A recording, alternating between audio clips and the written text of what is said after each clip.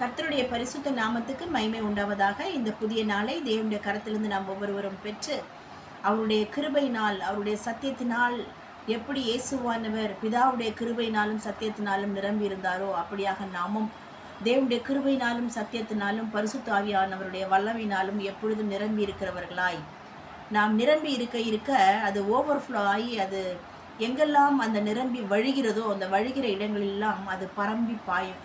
So that's the natural attitude of the water or the solid liquid thing, whichever is overflowing the vessel. So எதெல்லாம் ஒரு பாத்திரத்தில் நிரம்பி வழியுதோ அது சாலிடாக இருந்தாலும் லிக்விடாக இருந்தாலும், சாலிடாக இருந்தால் அப்படியே நின்றோம், ஆனால் லிக்விடாக இருந்தால் அது ஒரு இடத்துல நிற்காது. we cannot stagnate the liquid things in the one place. It will spread over all the surrounding places wherever the flow is the flow of chance is there. So எப்படி ஒரு ஆறு ஒரு இடத்துல அதை தேக்கி வைக்க முடியாதபடிக்கு அது பரம்பி அதோட இஷ்டப்படி அது பரவி ஓடுதோ, அதுபோல் நமக்குள்ளாக ஊற்றப்பட்ட பரிசுத்த ஆவியோட அபிஷேகம் பரவி பாயத்தான் செய்யும். ஸோ அதனால தான் ஆண்டவர் அதை நதிக்கு ஒப்பாக பரிசுத்த ஆவியானவர் நமக்கு புரிய வைத்திருக்கிறார். நதி என்று பரிசுத்த ஆவியானவரை ஜீவ தண்ணீர் உள்ள நதி என்று சொல்லப்பட்டிருக்கிறது. ஸோ இந்த நதி பாயும் இடமெல்லாம் பொன் விளையத்தான் செய்யும். பொன்னாகிய விசுவாசத்தை கொண்டு நாம் செய்கிற எல்லா காரியத்திலும் காரியம் கைக்கூடி வரும். உலகத்தை ஜெயிக்கிற ஜெயம் விசுவாசத்திற்கு உரிய ஒரு பெரிய பவர். ஸோ நம்முடைய விசுவாசமே எல்லாவற்றையும் ஜெயிக்க உதவியாக இருக்கும். ஆகவே இந்த நாளை தந்த நேசருக்கு நன்றி செலுத்தி இந்த சத்தத்தை கேட்கிற உங்கள் ஒவ்வொருவரையும் பிதா குமாரன் பரிசுத்த ஆவியின் நாமத்தினாலே ஆசீர்வாதத்தை வாழ்த்தி, இன்றைக்கு கர்த்தர் ஆதாரமாய் கொடுத்த வேத வசன பகுதி ஆதியாகமம் 49:25 சொல்கிறது, அவர் உயர வானத்திலிருந்து உண்டாகும் ஆசீர்வாதங்களினாலும் கீழே ஆழத்தில் உண்டாகும் ஆசீர்வாதங்களினாலும் ஸ்தனங்களுக்கும் கர்ப்பங்களுக்கும் உரிய ஆசீர்வாதங்களினாலும் உன்னை ஆசீர்வதிப்பார். This is the blessing word of promise which has been given to Joseph. So we knew very well Joseph, a great man of God, was exalted by the Lord because of he had the special anointing spirit in him, and he had the always the holy man. It means he didn't do any kind of evil things to anyone. He protected himself in all the places wherever he put to shame in the earlier time, and wherever he persecuted very much in the earlier time, he never bothered about it, and he was protected him according to God's words. So that's the speciality of Holy Spirit anointing and the God's words of obeying. So spirit he was having. So அவர் வசனத்தினாலும் பரிசுத்த ஆவியானவருடைய வல்லமையினாலும் நிரம்பி இருந்ததுனாலே அவர் ஒரு special மேனாக ராஜாவுக்கு அடுத்த ஸ்தானத்திலே எகிப்து தேசத்திலே உயர்த்தப்பட்டதை நாம் அறிவோம்.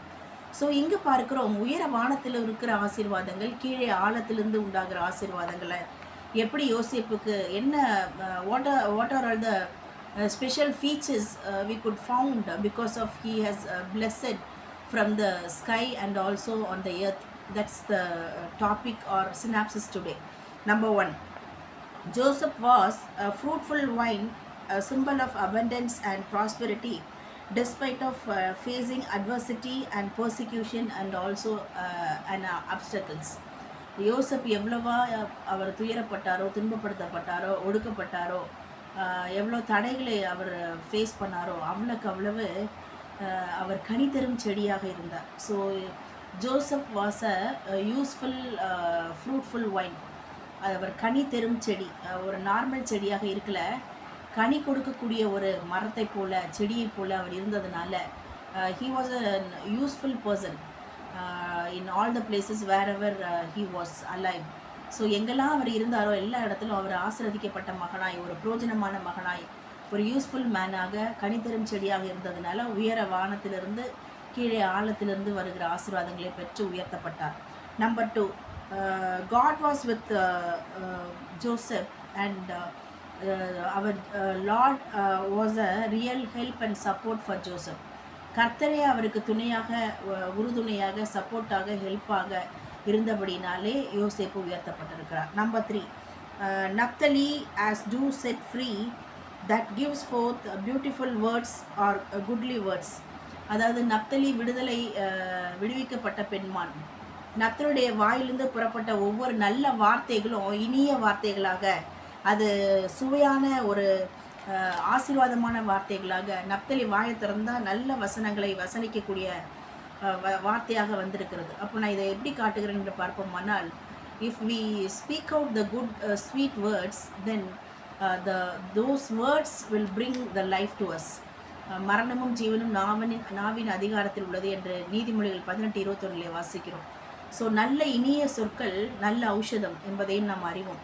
ஸோ ஒரு குட் மெடிசன் எதுனா நம்ம பேசுகிற நல்ல இனிப்பான வார்த்தைகள், ஆசீர்வாதமான வார்த்தைகள், ஜீவனுக்கு எதுவான வார்த்தைகள், காயம் கட்டக்கூடிய வார்த்தைகள், ஆற்றி அரவணைத்து தேற்றுகிற வார்த்தைகள், வேத வார்த்தைகள், இதெல்லாம் நம்ம பேச பேச நமக்கு நாமே எங்கெல்லாம் இவ்வளோ நாள் அடிமையாக கட்டுக்குள்ளே இருந்தோனோ அந்த கட்டுக்கள் எல்லாம் நம்ம என்ன பண்ணுவார், கர்த்தர் ஆவியானவர் விடுவித்து விடுதலை, முழுமையாய் விடுதலை பெற்ற ஒரு நப்தலி விடுவிக்கப்பட்ட பெண்மான் என்று சொல்லப்பட்டது போல, நாம் விடுவிக்கப்பட்டவர்களாய், விடுதலை பெற்றவர்களாய், பரிபூர்ண விடுதலையோடு கூட சகல காரியங்களிலும் ஜெயம் எடுத்து நம்முடைய நல்ல இனிய சொற்கள் அநேகருக்கு அது ஒரு குட் மெடிசனாக மாறி ஆசீர்வாதத்தை கொண்டு வரும்.